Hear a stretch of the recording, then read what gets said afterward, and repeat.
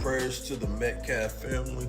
I'm happy to announce that Carmelo Anthony has been indicted by a grand jury to spend the rest of his life in jail, as he should have from the beginning. I don't know why this took so long, but the murder of their son, Austin Metcalf, should not go without justice. The part that makes me even more happy is knowing that he will receive justice, and these people who donated all this money to a family of scamming people who scammed them out of their dollars is not going to, they're not going to benefit off of a murderer unaliving their son. Can you imagine being the Metcalf family and someone takes the life of your son, and it's a whole group of EBT members rallying behind the person for taking the life?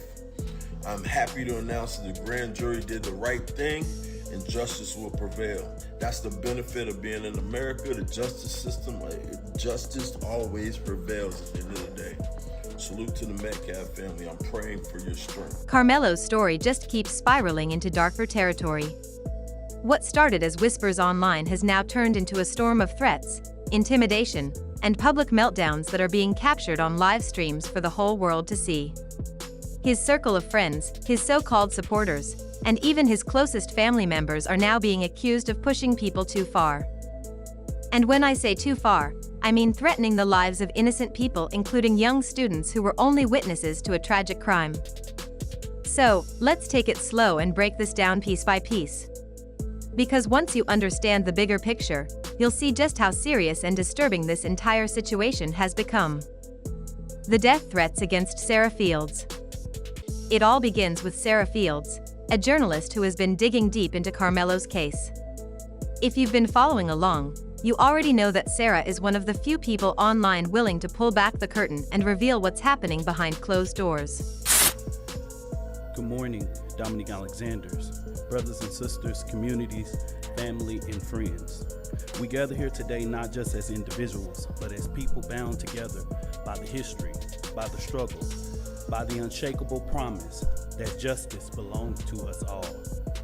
We look at a city, the city I was born and raised, the sacrifices of those who come before us, the men and women who risked it all so that we could stand here with dignity. I think our civil rights fathers and mothers, those who marched, those who were jailed, those who were beaten, even given their lives so that Dallas, so that America could be an inch closer to freedom. And I say today, I will not allow their sacrifice to go in vain.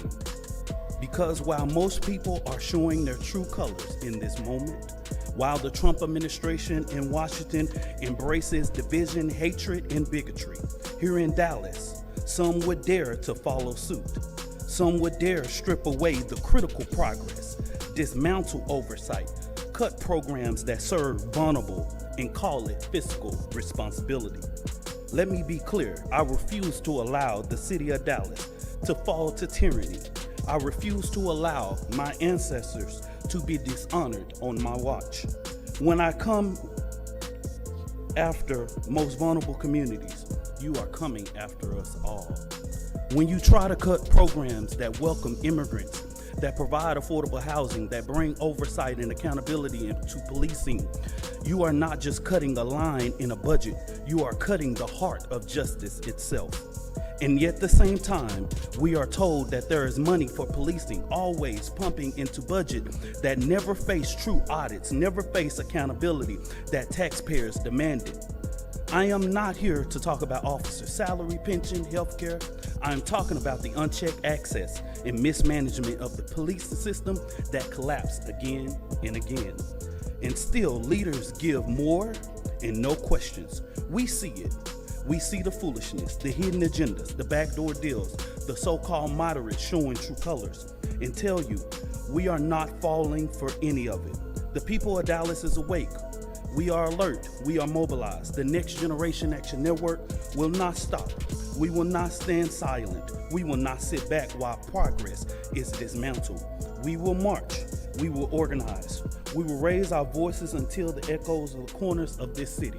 We will not allow the city of Dallas to yet fall to hate, bigotry, and yet people that do not believe that justice for all. We will not allow this city that I love to fall. She's not making things up, she's simply sharing information that is already available to the public. But because she's consistent, because she refuses to stay silent, and because she's connecting the dots others try to hide, she has become the #1 target for Carmelo's camp. Recently, Sarah was hit with death threats during a TikTok live. Think about that for a moment. A journalist doing her job posting updates on social media is now facing threats to her life. The person who made these threats goes by the name Tiffany Billions. Whether that name is real or adopted, no one knows for sure. But Tiffany has made herself the face of this harassment campaign.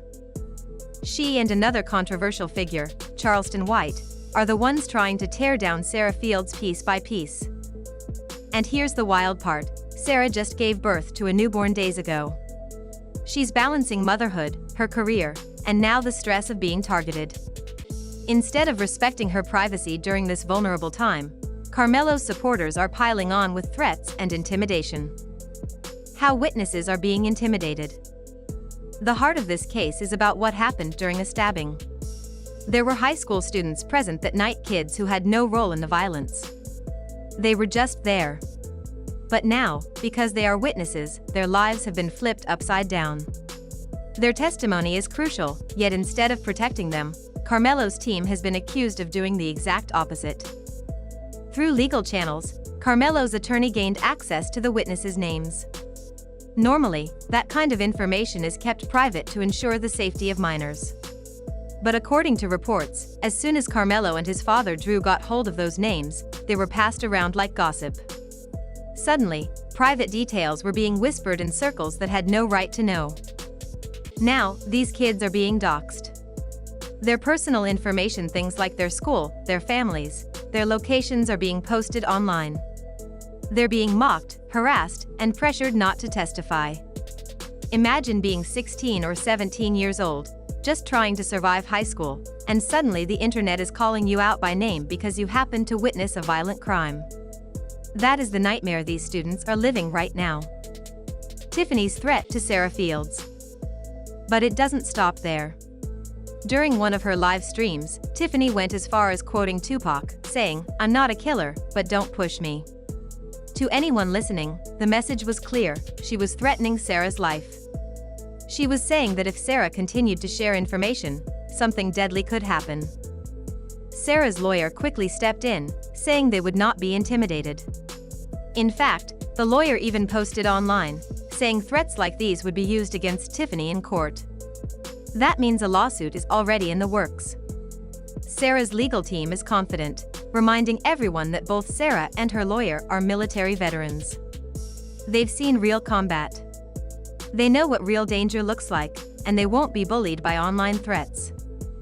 But the question remains, how far will Carmelo's camp go to silence people? Remember, Sarah was already swatted once.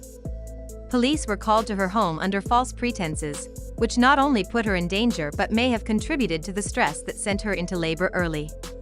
That is not just harassment, that is life-threatening behavior. The role of Drew Anthony.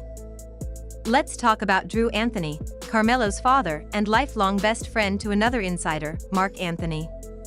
Drew has been seen on TikTok live openly endorsing the doxing of witnesses. That means he isn't hiding his involvement. He's practically boasting about it. And this isn't just some random person in Carmelo's circle. This is his father, the man who should be teaching him right from wrong. Instead, Drew is allegedly passing along confidential details, spreading them in private groups, and giving people the green light to target teenagers. Teenagers who are only guilty of being in the wrong place at the wrong time. What does that tell you? It tells you that intimidation is not just coming from distant supporters or strangers on the internet. It's coming directly from Carmelo's inner circle. His father is involved. His friends are involved. And they're treating this like some kind of game, when in reality, kids' lives and futures are on the line. Dominique Alexander's public outburst. Now let's move on to Dominique Alexander, Carmelo's spokesperson. If you thought things couldn't get any more unprofessional, think again. Dominique was caught on video at a city council meeting refusing to stand for the Pledge of Allegiance. That alone wouldn't have been a huge deal, it's a personal choice. But instead of quietly making his statement, he turned the moment into a spectacle. He accused everyone else in the room of being bigots simply because they stood. This is the person Carmelo trusts to represent him publicly. The same man who once held Carmelo's hand like a child while escorting him from jail after posting bail.